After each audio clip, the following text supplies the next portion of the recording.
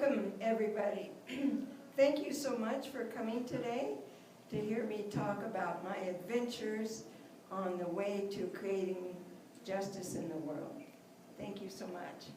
I'm the founding director of an organization called Pachyderm Power, and we worked in Kenya for 10 years at a grassroots level with the local indigenous people, with the local organizations, and also the government agencies to stop the poaching of elephants.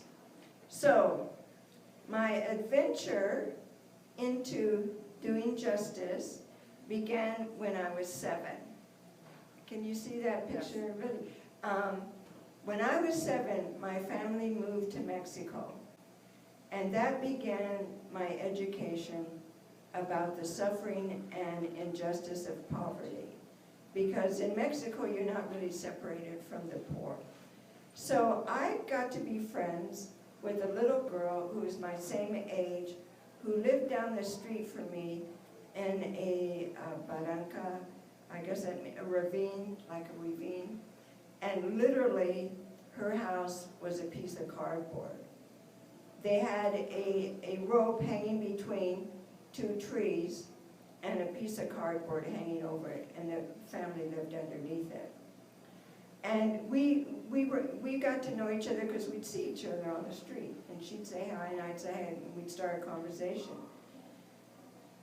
I didn't mind that she didn't have clean hair or shoes, and she didn't mind that I did. We didn't know anything about classism. We just knew that we really loved and enjoyed each other. So one day, I was at my parents' country club. By that I mean they belonged to the country club. And I happened to see her walk by. And it was an August day in Mexico City where it clouds up in the middle of the afternoon and rains for a little bit and then it clears up. But nobody was around because it was getting cloudy and threatening to rain. But I saw her walk by. So I was so excited, I ran out and invited her to come in. And the portero, the guard at the gate, was not there at that moment. So he didn't see me bring her in. I had a spare bathing suit, which I shared with her, and we had the pool all to ourselves. Because like I said, it was cloudy and going to rain, and nobody was swimming then. So she had never been in a swimming pool before. So I was teaching her how to hold her nose underwater, and you know, we were just 10 years old, and so we were screaming and laughing and have a good time like girls do, until the portero noticed that she was there. Now we were allowed to have guests, but apparently not somebody like a peasant girl.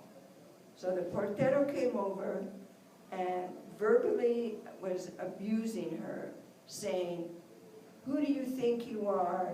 You're nothing but a peon. You don't belong here.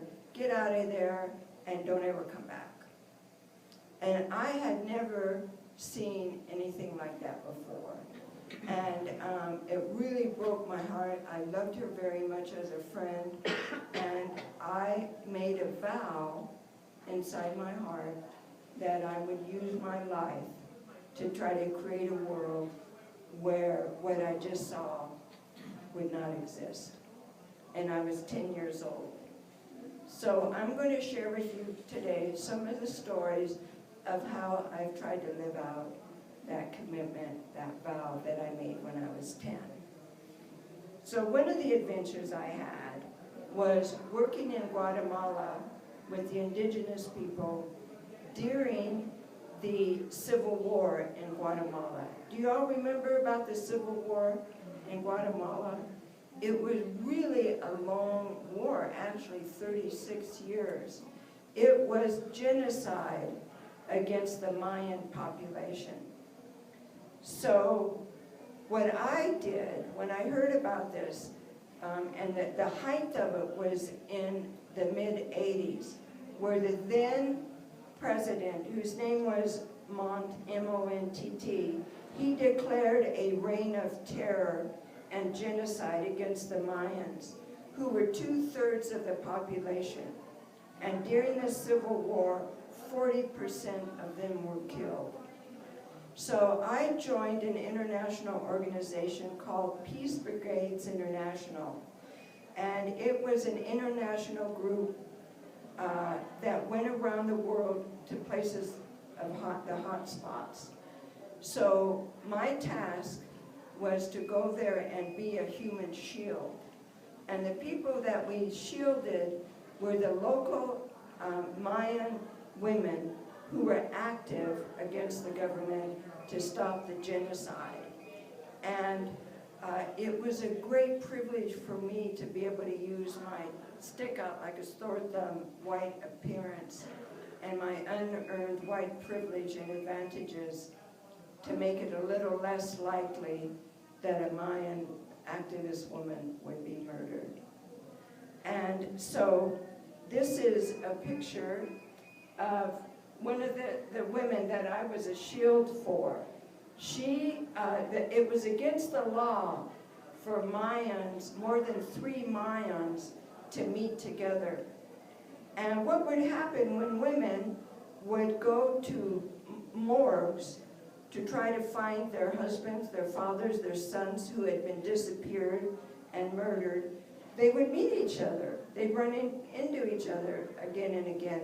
And so she started this organization called Grupo de Apoyo Mutuo, which means mutual support group, but it was against the law for them to meet like that.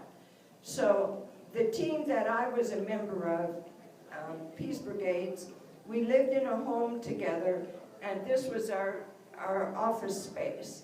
And so we invited them to use our office space.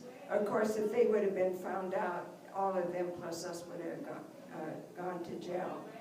But, so I was a shield for her, and how that worked was if she was walking down the street, let's say the buildings are here, she'd be close to the buildings, then I would be next to her, because the way they would disappear a person is a van would come around the corner with darkened windows, somebody would jump out of the back and grab the person and take them.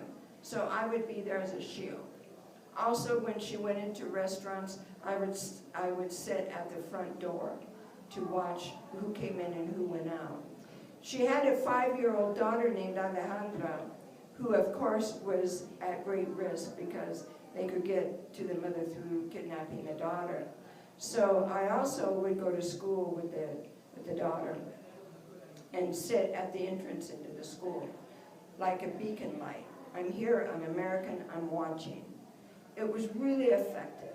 It was really effective, and it was a great joy for me to be able to offer myself in that way. And at night, the team of us was about 7 or 8, and we would sit around the table at night for dinner. It would start at 7, and we all spoke Spanish. We felt it was the right thing to do, and there would be empty spaces at the table because some of us would be out doing the night shift, staying with people at night. And we would discuss the cost and meaning of nonviolence. And to be talk about nonviolence within that context of being human shields, was a really profound experience for me.